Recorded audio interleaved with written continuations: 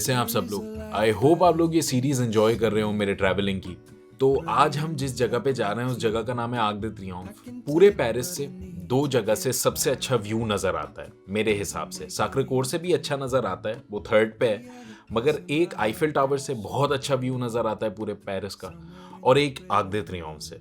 मगर जब मैं आर्क दे ट्रियोम्फ जा रहा था तो मेट्रो में मेरे साथ एक सीन हो गया था।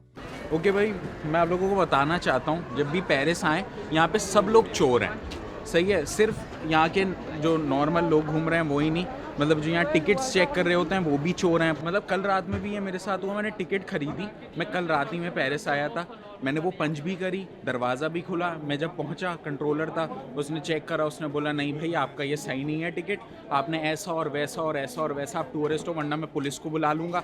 मैंने बोला अच्छा पुलिस को नहीं बुलाओ, तुम बताओ कितना फ़ाइन है। 35 यूरो फ़ाइन है। मैंने जल्दी से देके ख़त्म कर दिया वो मामला ना। मगर आज फिर मैंने ख़ास तौर पे सुबह सुबह उठ के ना एक कार्ड ख़रीदा, 13 यूरो का ये कार्ड आया 2 दिन का। और फिर नीचे उन लोगों ने फिर से मुझे चेक किया, मैंने पंच किया, उन्होंने मुझे कार्ड बेचा, मैंने रसीद ली, रसीद फेंक दी, कार्ड लिया, मैंने कार्ड पंच किया, मैं अंदर घुसा, फिर से चेकर आए और फिर से वही सारा ड्रामा उन्होंने करा कि भाई ये आपका है, इस पे तो आपकी फ़ोटो नहीं लगी हुई और इस पे तो आपका नाम नहीं लिखा हुआ और हमारे कंट्रोलर ने आपको ये बेचा है, तो ऐसा हो ही नहीं सकता वो नाम। मैंने बोला आप पुलिस को बुलाओ। और फिर वो बोलते हैं नहीं नहीं 100 यूरो होगा, पुलिस अगर आएगी फ़ाइन, 35 यूरो नहीं होगा। तो मैंने बोला भले 100 यूरो भले 1000 यूरो, पुलिस आएगी, मुझे अब अपना दोनों का नाम बताओ। फिर उन्होंने बोला नहीं नहीं हम अपने बॉस को बुलाते हैं। बॉस आया, क्या कहाँ से लिया? मैंने बोला रसीद एक, अच्छा मैंने ये 2 लिए थे, एक रसीद अपने दोस्त का भी लिया था, तो एक रसीद मेरे पास थी, एक मैंने बोला मेरे मोबाइल से देख लो, मैंने उस छोटू को भी बोला था, मगर उसने बोला नहीं नहीं हम तो मोबाइल से नहीं देखते, हमें तो रसीद ही चाहिए हर हाल में। मैंने बोला नहीं है ना, बुलाओ मैं पीछे पड़ गया कि पुलिस को बुलाओ, पुलिस को बुलाओ। तो वो सब डर गए, सारा रश जमा हो गया। फिर उन्होंने बोला अच्छा आप अपने मोबाइल से दिखा दें। मैंने बोला नहीं, अब तो पुलिस ज़रूर आएगी, आपको जब मैंने थोड़ी देर पहले बोला मोबाइल से देखो, आपने क्यों नहीं देखा? मैंने बोला आप मुझे अपना नाम बताओ, नाम भी नहीं बताया। यहाँ उन लोगों का लिखा हुआ होता है कंट्रोलर, और नाम वाम कोई नहीं लिखा हुआ होता, तो इसलिए डरिएगा नहीं। अगर आप खुदा ना खास्ता पेरिस में, ये पेरिस में ही हुआ है ये मेरे साथ, मैं पूरा यूरोप घूम चुका हूँ, पहली बार ये मेरे साथ ज़िंदगी में पेरिस में, ये लोग आपके पैसे चोरी करने की कोशिश करेंगे। मगर अगर आप राइट है ना, तो आप बोलें कि हाँ आप किसी को भी बुलाना चाहो बुला सकते हो। और मतलब ये मैं एग्जाम्पल हूँ, मतलब हम जैसे ही लोग डरते होंगे यहाँ पे आके, तो इनकी फट गई होगी जब हम नहीं डरे होंगे कि किसी गोरे को ऐसे कभी भी नहीं पकड़ेंगे।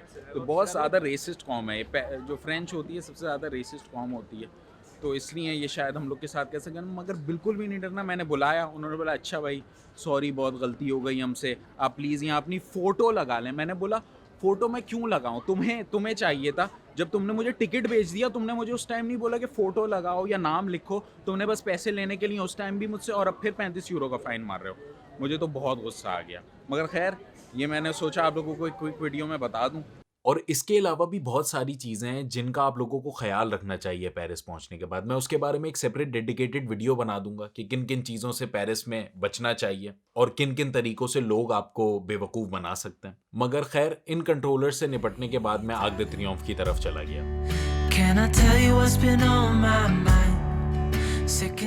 हेलो भाई, कैसे हैं आप सब लोग? आज मैं आर्क दे ट्रियोम्फ आया हूँ।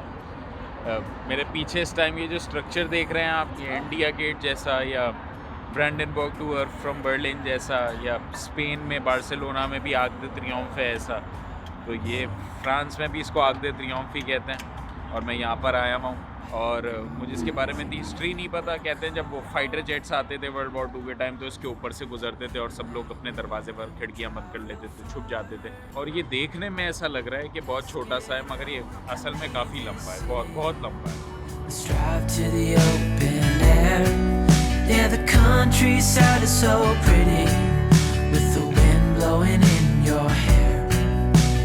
चारों तरफ से ना रोडें जा रही हैं, मगर मुझे उस साइड से जाना है। वो कहते हैं कि अगर वहाँ बीच में जाओगे तो ऊपर जाने का भी शायद कोई रास्ता है, तो मैं अब ट्राई करता हूँ कि मैं बीच में कैसे पहुँचूँ। सब लोग रोडों से भाग भाग के गाड़ियाँ गुजर रही हैं, और जैसा पाकिस्तान में होता है ना, कोई सब चिल है, तो ऐसी रोडें फलांग फलांग के लोग जा रहे हैं, कोई भी गाड़ी ठोक दे तो मसला।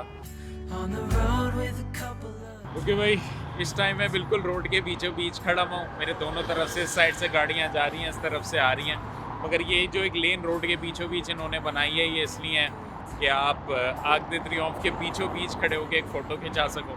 तो अगर आप लोगों को कभी यहाँ आने का मौका मिले तो ये लेन है, यहाँ आप लोग आराम से खड़े हो सकते हैं। यहाँ एक सर्कल भी बना हुआ है, जिस सर्कल पे मैं इस टाइम ताकि बीचों बीच हर चीज़ आए। ओके भाई, I finally figured it out.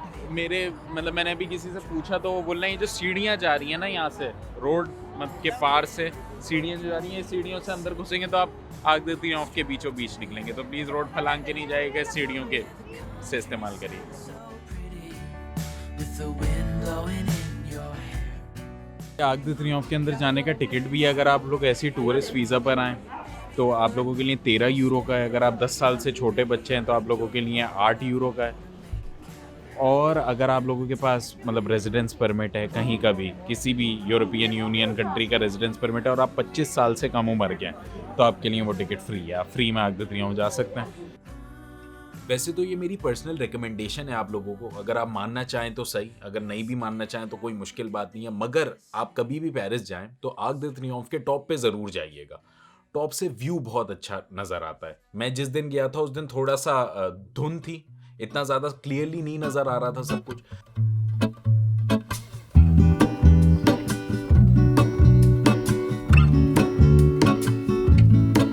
There is a life I lead in this city, hurrying to cut my teeth. I can take what I need to get by, it doesn't make it easy. The other piece of my heart moves slow, somewhere in the great unknown. Arc de Triomphe बिल्कुल बीचों बीच है शहर के, और आपको हर तरफ जहां भी आप नजर डालेंगे आपको एक फैसिनेटिंग स्ट्रक्चर और एक फैसिनेटिंग चीज नजर आएगी। एक तरफ आपको आईफिल टावर नजर आता है, दूसरी तरफ आपको साक्रे कोर नजर आता है, तीसरी तरफ आपको नोटर डेम जो चर्च है एक और बहुत फेमस वो नजर आता है। मगर सबसे ज्यादा जो मुझे फैसिनेटिंग चीज लगी वो आर्क दे ट्रियोम्फ के बिल्कुल नीचे एक अपार्टमेंट्स बने हुए थे, और मैं सोच रहा था कि यार किस बंदे के पास इतना पैसा है कि वो पेंट हाउस खरीदे और उस पेंट हाउस के ऊपर छत पे एक गार्डन बनाए। तो वो काफी मुझे फैसिनेटिंग लगा। और आप लोग ऊपर सिर्फ व्यू के लिए ही नहीं, उन्होंने एक बहुत अच्छा म्यूजियम बनाया हुआ है जिस पर हिस्ट्री पे काफी जोर दिया गया है, और मुझ जैसे बंदे को भी वो समझ आ गया सारा कुछ। ओके भाई, मैंने थोड़ी बहुत हिस्ट्री पढ़ ली है आर्क दे ट्रियोंफ की। आर्क दे ट्रियोंफ मतलब आर्क ऑफ ट्रायम्फ, जीतने का आर्क था। जब वर्ल्ड वॉर 1 के बाद फ्रांस जीत गया था तो 1.4 मिलियन लोग मर चुके थे उस टाइम तक। नीचे जो आग जल रही है आज तक वो 1919 से आज तक वो जल रही है, कभी भी बुझी नहीं, और वो वॉर मेमोरियल के लिए इसको आर्क ऑफ ट्रायम्फ इस जगह को नाम दे दिया गया था। और सारी वो जो लाशें थी वो उस आर्क के बीच में से गुजारी थी, और सेंटर स्टेज उन्हें दिया था, और एक बहुत बड़ी तोप की सलामी दी थी उन लोगों को। और फिर उनके जो कॉफिन था उस पर एक इंस्क्रिप्शन लिखी हुई थी, वो फ्रेंच में है मगर उसका इंग्लिश में अगर उसको ट्रांसलेट करें तो ऐसा है कि those who die for the fatherland, मतलब जो भी फादरलैंड के लिए मरे। और यहाँ ऐसी चीज़ें भी हैं जो उस आर्क दे ट्रियोंफ से गिर गई हैं, क्योंकि 1800s में बना था आर्क दे ट्रियोंफ, और बहुत पुरानी बिल्डिंग है तो इसकी रेस्टोरेशन करके ये शेर का मुंह उस पे से गिर गया था, और ये पैर गिर गए थे एलीसी के। तो ये बहुत सारी चीज़ें इस आग पे से गिरी भी थी रेस्टोरेशन के टाइम। मगर खैर In the car playing our favorite song, turn it up, windows down, we sing along. Arc de Triomphe के टॉप पे आने की इजाज़त है। इस टाइम मैं आर्क दे ट्रियोंफ के टॉप पे हूँ। मैं टॉप से व्यू दिखाता हूँ आप लोगों को और सारा कुछ दिखाता हूँ।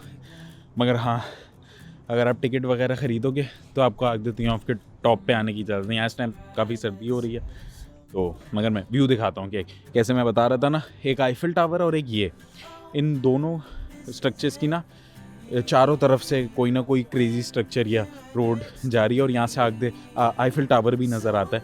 मगर इस टाइम फॉग बहुत है सर्दी की वजह से, तो आईफिल टावर आधा छुपा हुआ है, मगर मैं वो भी दिखाता हूँ। Wanna go, calling sick in the morning, baby don't leave.